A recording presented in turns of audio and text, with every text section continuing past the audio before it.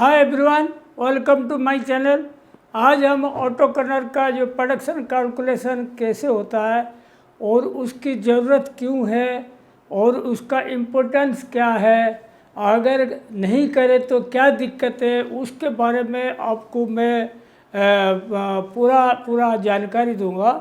और ये जो कैलकुलेशन पॉइंट ऑफ व्यू क्यों ज़रूरी है उसका बारे में बताऊंगा।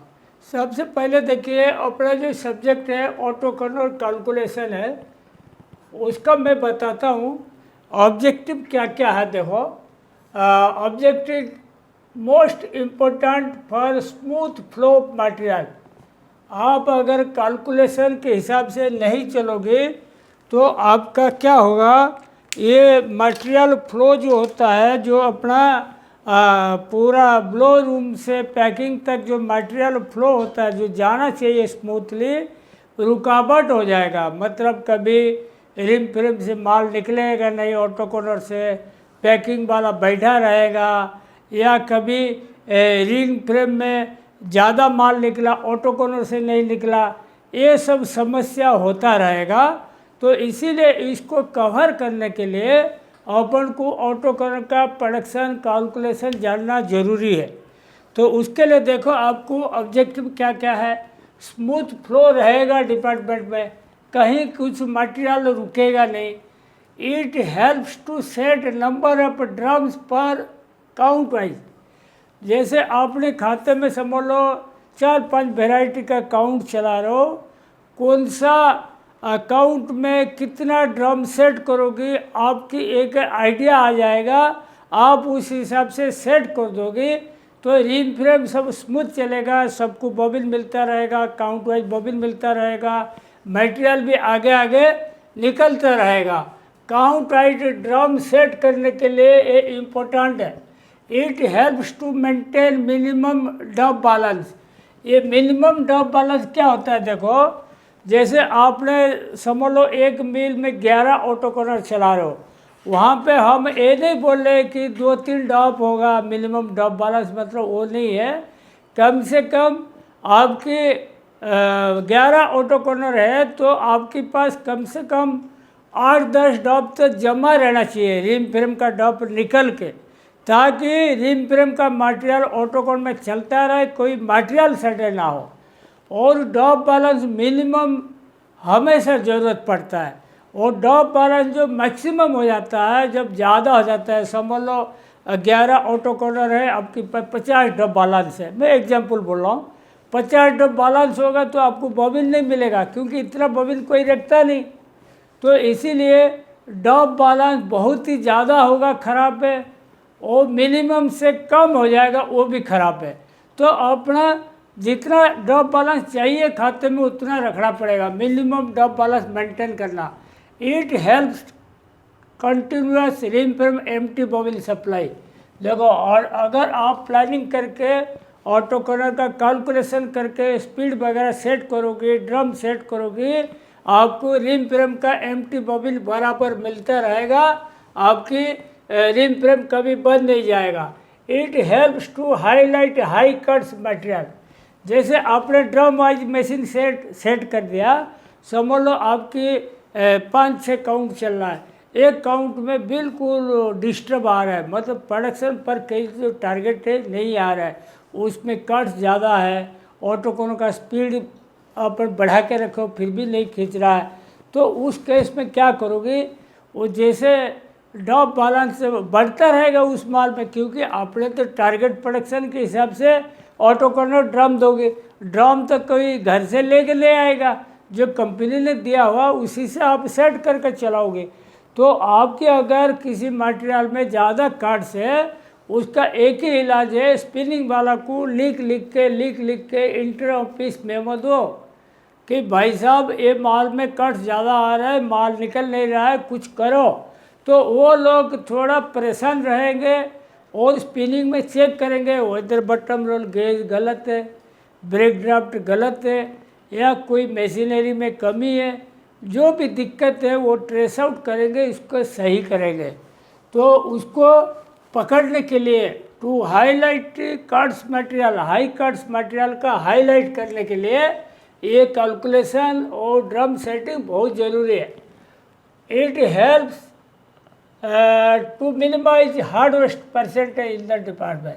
जैसे आपने कोई मशीन में स्पीड ज़्यादा नहीं रखना, स्टैंडर्ड स्पीड रखना, कार्ड्स मेंटेन करके रखना और बराबर चलाते रहोगी तो आपके हार्डवेस्ट परसेंटेज भी कम रहेगा। उसके बाद देखो it helps to increase production per drum in autoconer. अगर आप प्लानिंग से चलोगी, अगर आप सिस्टमेटिक वे में चलोगी तो प्रोडक्शन पर ड्रम आपका इम्प्रूव होगा। It helps to trace out the abnormality of spinning.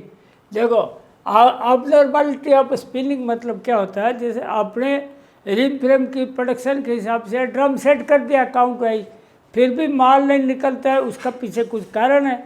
उसका पीछे एक कारण है, देखो कप कंटेंट लो है, रिंग कट आया, किसी लपेटा आया, हाफ बबिन आया, डी सेप बबिन आया, खराब बबिन सब आया, हाई IPI बबिन आया। तो आप अगर ऑटोकॉर्नर स्पीड सेट कर लोगे, ये जो abnormality ऑफ स्पिनिंग छुपेगा नहीं, वो हाईलाइट हो जाएगा। देखो आपकी स्पिनिंग से ऐसे ऐसे माल आया, अपन कैसे चलाएंगे, वो पकड़ में आ जाएगा। It helps to provide a faultless yarn for packing. अगर आप प्लानिंग में स्पीड वगैरह सेट करोगे, ड्रम सेट करोगे, तो आपकी पैकिंग में पूरा बिना फॉल्ट का मटेरियल जाएगा और आपकी कोई क्वालिटी का इशू नहीं रहेगा। It helps to increase efficiency in ring frame and Autoconer. ये रिम फ्रेम और ऑटोकॉर्नर दोनों साइड का एफिशिएंसी बढ़ने में मदद करेगा। It helps to highlight alarm या सबस्टैंडर्ड क्वालिटी बॉबिन्स। आपकी कोई बॉबिन में कमी है, समझ लो किसी डिपार्टमेंट स्पेशल मिसिंग हो गया, कोई अपरन कट है, कहीं जोड़ा में कट है, ऐसे हाई IPI का माल है, तो वो सब चीज़ क्या होगा, अलार्म आएगा। अलार्म आएगा तो आप बता सकते हो स्पिनिंग वालों को। ये हो गया ऑब्जेक्टिव। उसके बाद देखो फैक्टर्स अफेक्ट द ऑटोकॉर्नर कैलकुलेशन। ऑटोकॉर्नर में अपन जो कैलकुलेशन करते हैं, क्या क्या चीज़ इसको डिपेंड करता है, मतलब क्या क्या चीज़ का ऊपर ये डिपेंड करता है, उसको भी जानना जरूरी है। Count of yarn, actual count kept in ring frame. Ring frame का क्या क्या काउंट चल रहा है, एक्चुअल काउंट रिंग में क्या रखा, सिंगल प्लाई और डबल प्लाई, सिंगल प्लाई का चल रहा है या डबल प्लाई का चल रहा है, तो वो भी इम्पोर्टेंट है, क्योंकि सिंगल प्लाई में एफिशिएंसी कम आता है, डबल प्लाई में ज़्यादा आता है। होजियरी और वर्क काउंट, आपने होजियरी चला तो या वर्क काउंट चला तो होजियरी में वर्क्स लगाओगे, स्पीड कम रखोगे, कट ज़्यादा रहेगा, और वर्क काउंट में बढ़ा कर स्पीड रखोगे, प्रोडक्शन बढ़ेगा, एफिशिएंसी बढ़ेगा, तो उसका ऊपर भी डिपेंड करेगा। स्किलनेस ऑफ वाइंडर, जो कारीगर लगा तो किस टाइप का है, मतलब कमज़ोर है या काम करने वाला आदमी है, बराबर एफिशिएंसी देने वाला आदमी है, आपकी वो मालूम पड़ जाएगा, क्योंकि आपने ड्रम फिट कर दिया रिम फ्रेम के हिसाब से। अगर वाइंडर कमज़ोर रहेगा आपकी प्रोडक्शन नहीं निकलेगा। मेंटेनेंस कंडीशन ऑफ ऑटोकॉर्नर, ऑटोकॉर्नर की मेंटेनेंस कंडीशन भी सेट करके रखना पड़ेगा। अगर आपने मेंटेनेंस कंडीशन डिस्टर्ब रखोगी, ख़राब रखोगी, तो आपकी कैलकुलेशन पूरा फेलवर हो जाएगा। RH plant condition, humidity plant का भी कंडीशन आपको परफेक्ट रखना पड़ता है। अगर परफेक्ट नहीं रखोगी, कट्स वगैरह बढ़ जाएगा और आपका प्रोडक्टिविटी नहीं आएगा, आपका बॉबिन शॉर्टेज होगा, आपको दिक्कत जाएगा।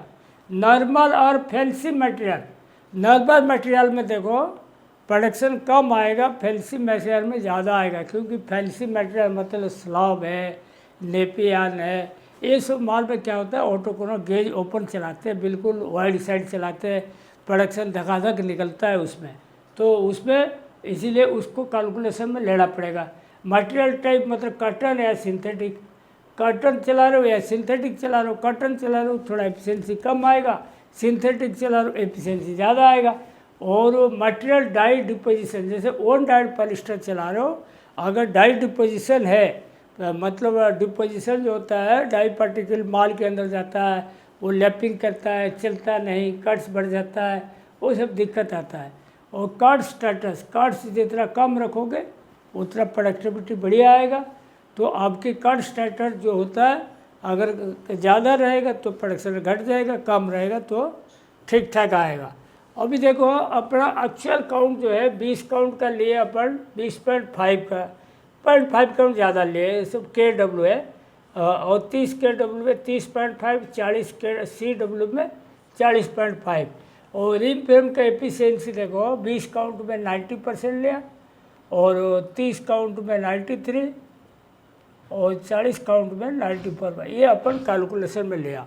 और ये जो कैलकुलेशन टोटल बता रहा हूँ ना, इसमें खाली 2 ही फार्मूला है। ये GPS का लिया, ग्राम्स पर स्पिंडल, इसके बारे में आपको बता पहले भी। तो average spindle speed rim frame का into 7.2 divide by TPI into nominal count जो रैपिंग रखे हो इंटू एफिशिएंसी, ये आपकी नेट GPS आ जाएगा। नेट GPS ग्राम्स पर स्पिंडल। प्रोडक्शन पर ड्रम देखो, effective drum speed into 0.283 divide by nominal count, फिर उसमें आप एफिशिएंसी मल्टीप्लाई कर देना। इफेक्टिव ड्रम स्पीड मतलब ध्यान रखो, जैसे ऑसिलेशन स्पीड काट के, जैसे डिस्प्ले में 1400 है तो ऑसिलेशन लॉस काट के जो आता है ऑसिलेशन लॉस 7%, 8%, 9% उस हिसाब से आएगा। वो डिपेंड करता है आपकी कितना कट्स पोजीशन है क्या है, और इसमें जो आएगा इसमें एफिशिएंसी गुणा होगा। काउंट वाइज मशीन का एफिशिएंसी कम ज़्यादा रहेगा। आपको एक मिल का एग्जांपल बोल रहा हूँ, देखो एग्जांपल बोल रहा हूँ। एक रिम फ्रेम 20 काउंट का 6 मशीन है, 30 में 10 मशीन है, 40 में 14 मशीन है, 1200 स्पिंडल का फ्रेम है ring frame, auto coner 70 drum का भी है और 60 का भी है, ठीक है 70 भी है, 70 ड्रम, ठीक है। ये पहले करके देखते हैं। तो उसमें देखिए काउंट वाइज ड्रम प्रोडक्शन, ये जैसे 20 KW में मैंने लिया 1400 MPM डिस्प्ले स्पीड और 1274 एक्चुअल स्पीड, आप मतलब ऑसिलेशन लॉस काट दिया और 72% ऑटो कर्नर का एफिशिएंसी लिया और 12.65 kg पर 8 आवर का नेट प्रोडक्शन आएगा। ये मैंने एफिशिएंसी काट दिया। 30 काउंट में 9.37 kg, 40 काउंट में 6.6 kg। वो स्पीड देखो 1400, 1500, 1350 लिया। आपके मन में आता होगा ये 40 काउंट में इतना कम क्यों, 40 क्या, कोम्ड मटेरियल जो होता है नाजुक होता है, इसलिए थोड़ा स्पीड कम रहेगा। और उस हिसाब एफिशिएंसी देखो 20 में 72%, 30 में 74%, 40 CW में 77% लिया। तो ये आपके प्रोडक्शन पर ड्रम हो गया। और काउंट देखो रिम फ्रेम का, ये हो गया ऑटो कर्नर का, ये हो गया रिम फ्रेम का। काउंट देखो, count average spindle speed TM TPI net GPS production पर मशीन 8 आवर ड्रम्स रिक्वायर्ड। ये देखो 20 KW में मैंने 16,000 स्पीड लिया। ये नॉर्मल काउंट है, कोई कम्पैक्ट वगैरह नहीं है। 16,000 स्पीड लिया, TM 4 का लिया, 18.11 का TPI लिया, 279 ग्राम आएगा नेट GPS आएगा। उसमें मैंने एफिशिएंसी काट दिया, 90% कर दिया, तो 334 kg आएगा आपकी 1200 स्पिंडल के हिसाब से 8 घंटे का। और 334 में इसको डिवाइड करोगे तो 26.4 ड्रम आएगा। ऐसे 30 काउंट का देखो 18,000 स्पीड लिया, 4.2 TM, 23.19 का TPI और 170 ग्राम नेट प्रोडक्शन आएगा। उसका मैंने एफिशिएंसी 93% लिया। तो उसमें देखो 170 ग्राम आएगा, 204 किलो आएगा 8 घंटे का एक फ्रेम का। 204 में 9.37 डिवाइड किया, 21.77 ड्रम आएगा। 40 CW देखो 19,500 का स्पीड लिया, 4 का TM लिया, 25-45 का TPI, 128 ग्राम नेट आएगा। तो 153.6 kg आएगा। उस पर 23.27 ड्रम आएगा एक मशीन का। तो टोटल प्रोडक्शन काउंट वाइज देखो 20 LE 334 kg पर मशीन, 6 मशीन हो गया 2004 किलो। 30 काउंट 204 kg एक मशीन का, 10 मशीन है 2040 kg। 40 काउंट 153.6 kg, 14 मशीन है 2142 kg। तो ये अगर टोटल kg हो गया, इस पे आप डिवाइड करोगे, जैसे 20 काउंट का जैसे 2004 के जी हुआ, 2004 में इसको डिवाइड करोगे 12.65 तो 158 ड्रम आ जाएगा। फिर 2040 में 9.37 डिवाइड करना, ये आ जाएगा 217 ड्रम। फिर 2142 में 6.6 डिवाइड करना, ये आएगा 326 ड्रम। और टोटल आ गया देखो 700.64 ड्रम। ये 8 घंटे का प्रोडक्शन का हिसाब से रिंकल लिया और 8 घंटे के हिसाब से ड्रम लिया। तो उसी हिसाब से देखो पर ऑटोकॉलर समझ लो अपन 70 ड्रम लिए, तो इसमें मोटा मोटा 10 मशीन चाहिए।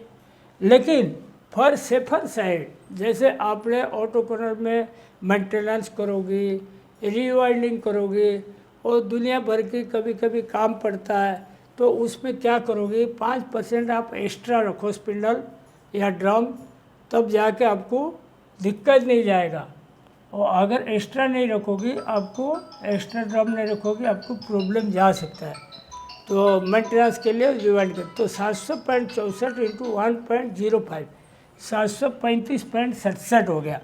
तो फाइनली 737.67 डिवाइड बाई 70 ड्रम लोगे, 10.5 मशीन या 11 मशीन हो गया। अगर आपके पास बजट कम है, आपके पास पैसा नहीं है, तो आप ऐसे कर सकते हो 8 मशीन 70 का ले लेना, 3 मशीन 60 का ले लेना।